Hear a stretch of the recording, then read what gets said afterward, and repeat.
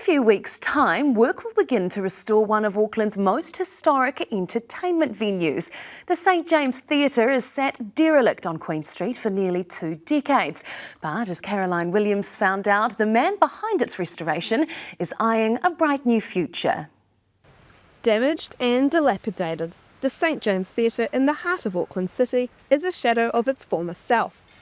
Where the audience once sat, a dusty gravel pit, a glamorous marble staircase in need of a polish, ripped curtains on the stage and graffiti on the walls.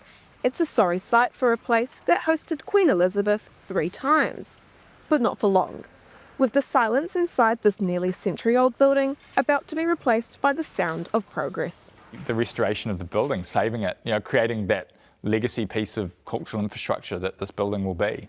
The final hurdle was cleared earlier this year when Auckland Council finally agreed to cough up $15 million, money it pledged in 2016.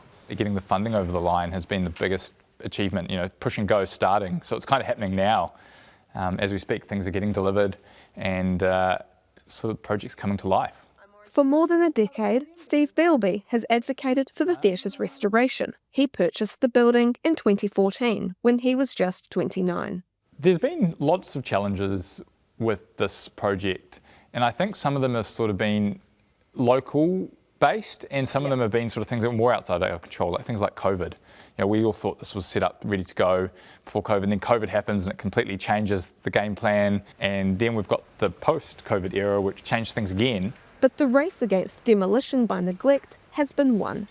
The diggers have been brought in and the vision is coming to life. Long term, I hope the theatre's a multi-purpose venue that's just used by Aucklanders. I want it to be doing a graduation one day, a concert that night, maybe a comedian or a TED talk or something the next day.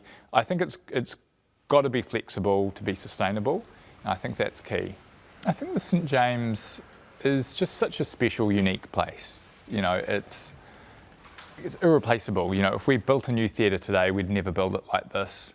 And I just think it's got a certain soul about it. A soul lost, but soon to be reborn for future generations to enjoy.